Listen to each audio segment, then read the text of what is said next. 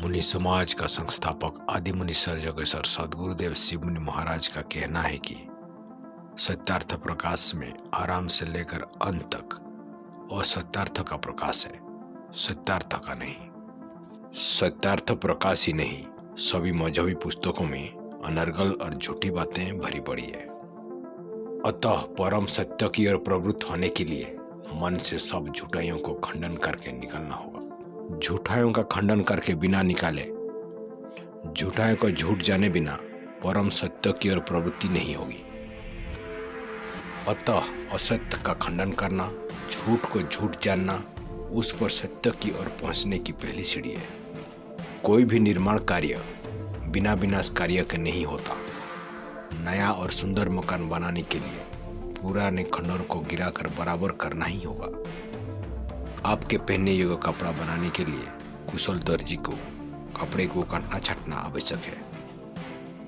कपड़े को साफ करने के लिए कपड़े को खूब मलमल कर धोना होगा और मेल का शत्रु बनना ही पड़ेगा। झूठाइयों का खंडन भी परम सत्य का और सच्चे योग का या आत्मदेव का मंडन है।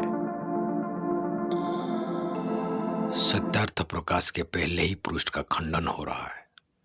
सत्यार्थ प्रकाश के पहले पृष्ठ में यह भी कहा है कि उपस्थितम परित्यज्यानुपस्थितम याचतो इति बाधित न्याय। उपस्थित को छोड़कर अनुपस्थित अर्थात अप्राप्त और अप्रत्यक्ष की खोज में रहना, अनुपस्थित और अप्रत्यक्ष को प्राप्त करने का यत्न करना कभी न्याय संगत नहीं है, कभी उपयुक्त नहीं है। यह लिखते समय स्वामी दयानंद यह भूल गए हैं कि वो स्वयं ही ऐसे ही कर रहे हैं। उपस्थित और प्रत्यक्ष संसार को और मनुष्य को छोड़कर और अपने से अपने में प्रत्यक्ष होने वाले निज ज्ञान स्वरूप आत्मा को छोड़कर सर्वथा अप्रत्यक्ष निराकार और अशरीर के पीछे पड़ना और उसी के प्रार्थना उपासना में जन्म बिताना कहाँ की बुद्धिमानी है। प्रत्येक मजहब और मजहबी किताब और ग्रंथ झूठे किस्सों, झूठी कथाओं और असंभव तथा अनहोनी बातों से भरे पड़े हुए हैं। सत्यार्थ प्रकाश भी एक मजहबी ग्रंथ है। यह भी मजहबी ईश्वर को मानता है।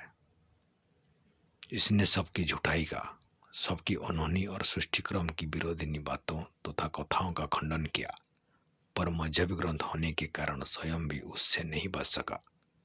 स्वामी दयानंद ने जिस बात को लेकर सबका खंडन किया है, उससे स्वयं भी नहीं बच सके हैं, बल्कि यह तो और भी गहरे गड्ढे में गिरे हैं। अपने ही लेखों से अपना खंडन कर दिया है। जिस सत्यार्थ प्रकाश को सामने रखकर सदगुरुदेव शिव मुनि महाराज ने यह लेख लिख रहे हैं, इसके पृष्ठ 143 में लिखा है कि सृष्टि की आदि में पहले जवान जवान हजारों मनुष्यों और युवती युवती हजारों स्त्रियों उत्पन्न हो गए। देखिए, सत्यार्थ प्रकाश के तृतीय सलुलास के पृष्ठ 32 लाइन 27 में लिखा है कि जो जो सृष्टिक्रम के अनुकूल वो सब सत्य, और जो जो सृष्टिक्रम से विरुद्ध है वो सब असत्य है। जैसे कोई कहे बिना माता पिता के योग से लड़का उत्पन्न हुआ, ऐसा कथन सृष्टिक्रम के विरुद्ध होने से सर्वथा असत्य है। फिर पृष्ठ 34 में है कि कोई कहे कि माता पिता के बिना संतानोत्पत्ति, किसी ने मृतक जिलाए, पहाड़ उठाए, मनुष्य के सींग देखें इत्यादि सब असंभव है। यो है सत्यार्थ प्रकाश का लेख, जिसमें स्वयं कहा है कि बिना माँ बाप के लड़के नहीं हो सकते और सृष्टिक्रम के विरुद्ध कुछ नहीं हो सकता। असंभव संभव नहीं हो सकता। ईश्वर को यदि बाप मान लो तो बाप ही से काम नहीं चलेगा, माँ भी होनी चाहिए। ऐसी सृष्टिक्रम विरुद्ध बातें सिवा सत्यार्थ प्रकाश के और कहीं भी लिखी नहीं है। सत्यार्थ प्रकाश के अष्टम सलिलास में पृष्ठ 123 में सृष्टि का वर्णन करते हुए सत्यार्थ प्रकाश के रचयिता स्वामी दयानंद ने लिखा है कि महत्त्व बुद्धि, उससे अहंकार, उससे 5 तन्मात्रा सूक्ष्म भूत और 10 इंद्रियां तथा 11वां मन, 5 तन्मात्राओं से पृथ्वी आदि 5 भूत हैं। सत्यार्थ प्रकाश के इस लेख से यह प्रकट होता है कि सत्यार्थ प्रकाश के रचयिता स्वामी दयानंद सरस्वती जी बुद्धि और अहंकार से पृथ्वी, जल, वायु, अग्नि और आकाश आदि स्थूल और सूक्ष्म तत्वों की उत्पत्ति मानते हैं।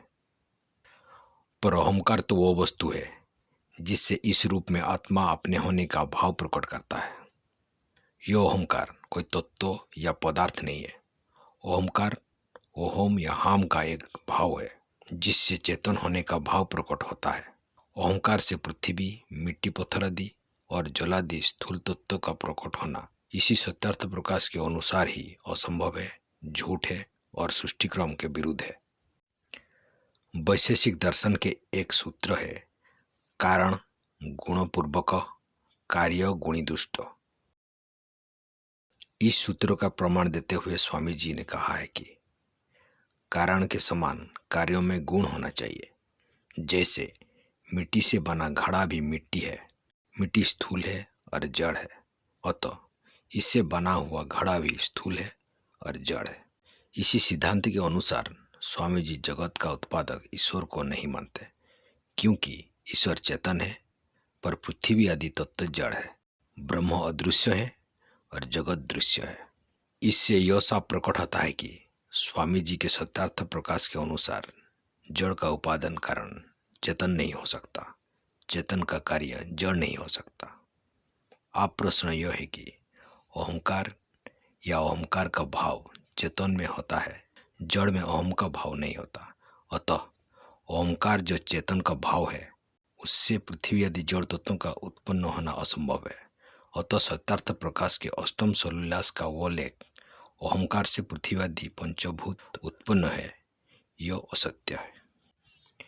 इन नामों का अर्थ वैदिक कोश से ही होना चाहिए, जिसे स्वामी जी ने बड़ी मान्यता दी है, और इसे वैदिक कोश का अर्थ जानने के लिए इतना आवश्यक समझा कि यास्क मुनि के रचे हुए इस वैदिक कोश निघंटु का स्वयं संपादन करके उसे छपवाया।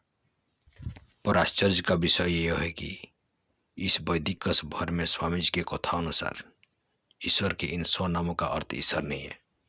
इसमें से कितने ही शब्द का अर्थ निघंटु में दिया हुआ है, पर उन शब्दों का अर्थ ईश्वर नहीं दिया हुआ है, किंतु उन शब्दों का ईश्वर छोड़कर दूसरा ही अर्थ किया है। वैदिक कोश निघंटु भर में कहीं स्वामी जी के बताए इन 100 नामों का अर्थ ईश्वर नहीं है। यदि है तो शिवमुनि महाराज का इस लेख द्वारा तमाम आर्य समाज को चैलेंज देते हैं कि वह दिखाएं और अपने किसी पत्र पत्रिका में छपवा दें कि सत्यार्थ प्रकाश में स्वामी जी के लिखे हुए अमुक ईश्वर के नाम का अर्थ वैदिक कोश निघंटु में भी ईश्वर दिया है। जिस स्वामी दयानंद ने सबका खंडन किया, उसी ने मजहब के कारण, अपना मजहब संभालने के लोभ से, मजहबी पक्षपात के कारण अपना खंडन में अपने ही हाथों करके रख दिया है, पर उन्हें मालूम नहीं हुआ। देखो सत्यार्थ प्रकाश के पृष्ठ 349 सलीलास 14 पंक्ति 29 से।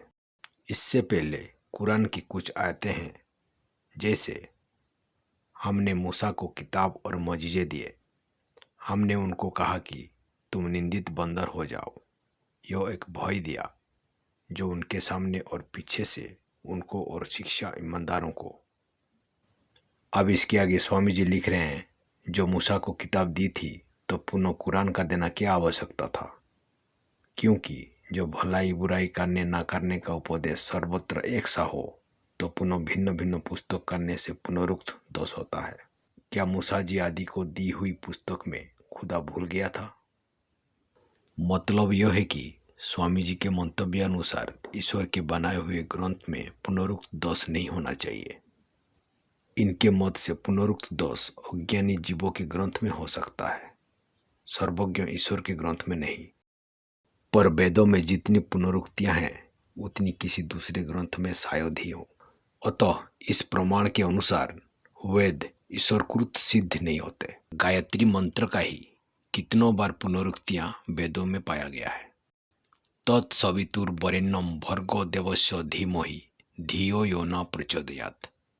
यही मंत्र यजुर्वेद अध्याय 6 मंत्र 35 में है, यजुर्वेद अध्याय 22 मंत्र 9 में है। यजुर्वेद अध्याय 30 मंत्र 2 में है। ऋग्वेद अध्याय 6 सूक्त 63 मंत्र 10 में है। इसी तरह के पुनरुक्त 10 से वेद भरा पड़ा हुआ है। एक ही मंत्र को बार बार दोहराया गया है। स्वामी दयानंद के कथानुसार ईश्वर की कही हुई या रची हुई पुस्तक में पुनरुक्त 10 नहीं हो सकता, पर वेद में है। ऐसा है कि एक ही मंत्र को बार बार कहा है। स्वामी दयानंद के मत से ईश्वर की बनाई हुई पुस्तक में पुनरुक्तियां नहीं हो सकती। अतः वेद जिसमें पुनरुक्तियां हैं वो उन्हीं स्वामी दयानंद के मत से ईश्वरकृत नहीं मनुष्यकृत सिद्ध होता है। अतः आर्य समाजियों का, सत्यार्थ प्रकाश का या स्वामी दयानंद का यह कहना है कि वेद या वेद मंत्र ईश्वर के कहे हुए हैं, यह सब नित्यांत असत्य है। इनका कहना भी ऐसा ही असत्य है जैसे मुसलमानों और ईसाइयों का यह कहना है कि बाइबिल और कुरान खुदा के या भगवान के बनाए हुआ है। ना बाइबिल भगवान का बनाया हुआ है, ना कुरान खुदा का बनाया हुआ है और ना वेद भगवान का बनाया हुआ है। सच्ची बात यह है कि संसार की सारी किताबें मनुष्य की बनाई हुई है, और यदि सब भगवान की बनाई हुई है तो यह सिद्ध है कि मनुष्य ही भगवान है। हम आर्य समाजियों से पूछते हैं कि क्या आपके मत से सत्यार्थ प्रकाश भी अच्छी और सच्ची पुस्तक नहीं है? यदि है तो क्या इसके रचयिता स्वामी जी एक मनुष्य नहीं थे? तो यह मानना बहुत ही व्यर्थ है कि मनुष्य अच्छी और सच्ची पुस्तक नहीं लिख सकता। सत्य बात यह है कि चाहे कोई पुस्तक सच्ची या झूठी हो, मनुष्य की बनाई हुई है, ईश्वर की नहीं। मनुष्य ने ही पुस्तकों को बनाकर ईश्वर की इसलिए कह दिया इसमें उनके झूठे मजहबी सिद्धांतों का खूब प्रचार हो और लोग उसमें शंका न करें। सत्यार्थ प्रकाश का हवन, या जिसे आजकल के लोग हवन समझ रहे हैं, वो हवन नहीं है। हु दाना दोनों धातु से हवन शब्द बना है। हु यह धातु दो ही शब्द में आ सकता है, एक दान करने का अर्थ में, दूसरा खाने के अर्थ में। आग में जलाने के अर्थ में नहीं आ सकता। आर्य समाजी लोग सबका खंडन करके भी कुंड में आग जलाकर उसमें घी और औषधि डालकर जला देने की बड़ी महिमा गाते हैं, पर यह नितांत रूप से अर्थ का अनर्थ है। हवन का अर्थ या तो खाना होगा या खिलाना होगा। दान में भोजन दान या अन्नदान आ जाएगा। अतः जबकि हु धातु दान और भोजन के अर्थ में आ सकता है, तो हु धातु से बना हवन का अर्थ घृत या घृतपोक को अनादि का खाना या खिलाना ही हो सकता है। इस पर प्रश्न यह होता है कि यदि हवन का अर्थ दान देना या खिलाना है और आग में जलाना नहीं है, तो स्वाहा का क्या अर्थ है, जो वेद के कुछ एक मंत्र के अंत में लगा हुआ पाया जाता है। स्वामी दयानंद ने स्वयं सत्यार्थ प्रकाश में हवन के प्रसंग में ही तृतीय सरोल्लास के अंदर स्वाहा का अर्थ निम्नलिखित प्रकार से किया है। स्वाहा शब्द का अर्थ यह है कि जैसा ज्ञान आत्मा में हो वैसा ही जीव से बोले, विपरीत नहीं। इसी स्वामी दयानंद ने यजुर्वेद को भाष्य करते हुए यजुर्वेद के अध्याय 18 मंत्र 28 में स्वाहा का अर्थ पुरुषार्थ और बलयुक्त सत्यवाणी, उत्तम उपदेश, सत्य हितोपदेश करने, योगाभ्यास आदि क्रिया, वाणी, धन प्राप्त करने हरि क्रिया, काल विज्ञान को देने हरि क्रिया, वैराग्य युक्त क्रिया आदि किया है। और वही मंत्र 29 में स्वाहा का अर्थ सत्यवाणी से युक्त किया है। पर आजकल के मजहबी लोगों के घी आदि को स्वाहा सा कहकर आग में डालते हुए देखकर लोग स्वाहा का अर्थ आग में जला दो, आग में झोंक दो, आग में डाल दो वही जानते हैं। सब जल गया, इसकी जगह बोलते हैं कि सब स्वाहा हो गया। पर सच्ची बात यह है कि स्वाहा का हवन का अर्थ जला देना या प्रज्वलित करके घृत आदि को आग में डालना बिल्कुल नहीं है। देखो, हवन करने वाले आर्य समाजी लोग भी स्वामी दयानंद के लेखा अनुसार हाथ में पानी लेकर और ओम अमृतो पुस्तर्णमस्ति स्वाहा यह मंत्र बोलकर पानी को पेट में डाल लेते या पी जाते हैं। तब हमारा कहना यह है कि यह लोग मंत्र को पढ़कर मूल्यवान घी को क्यों आग में डाल देते हैं? क्यों नहीं कढ़ाई रूपी कुंड में डालकर पूरी पका के खाते क्यों नहीं? ऐसा करते कि जिसमें भूख भी जाए और घी के जलने से इन्हीं लोगों की कथा अनुसार वायु भी शुद्ध हो जाए। चारों वेदों के भीतर एक भी मंत्र ऐसा नहीं है जिसमें इस प्रकार की गुरुतादि को बाहर अग्नि में डालकर जला देने के लिए कहा गया हो। इसी तरह से स्वामी दयानंद ने वेद के जितने मंत्र को शुद्धार्थ प्रकाश में उद्धृत किया है, सबका अशुद्ध, असत्य, व्यर्थ और पक्षतापूर्ण अर्थ किया है, जिससे आज लोग उसे पढ़कर बहुत बड़े भ्रम में पड़कर पथभ्रष्ट हो रहे हैं।